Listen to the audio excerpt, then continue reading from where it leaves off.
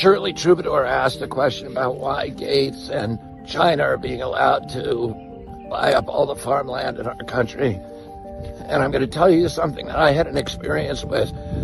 I spent many years, about 20 years, suing the factory farms, the big hog farms, and the big chicken producers like Tyson and Bo Pilgrim and Frank Perdue. But Smithfield Foods was the biggest pork producer.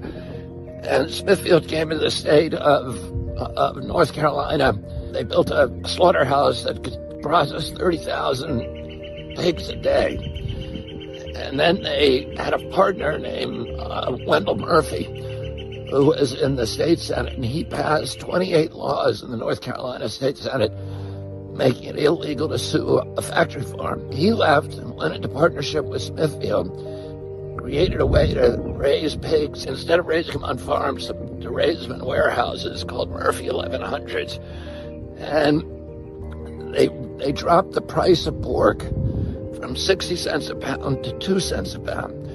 It put out of business all 28,000 independent hog farmers in the state of North Carolina, and it replaced them with 2,200 factories, all of them either owned by Smithfield or contracted to Smithfield. The only farmers who could stay in business were farmers who signed that contract with Smithfield to mortgage their homes, to put those big hog sheds, the Murphy 1100s, on their property, and then they lose all control. They become serfs on their own land.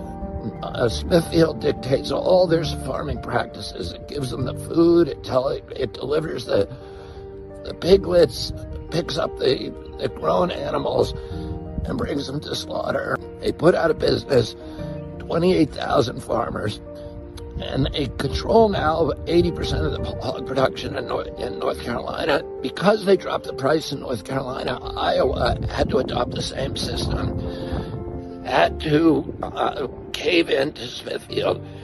They ended up taking control of 80% of the hog production in our country. Then they sold themselves to China.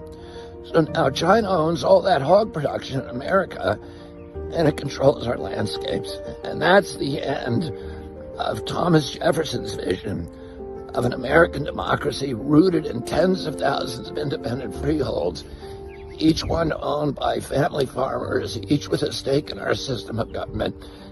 And that's why all of this industrial agriculture not only gives us substandard food, but they're also taking control of our landscapes, and that is a huge threat to American democracy.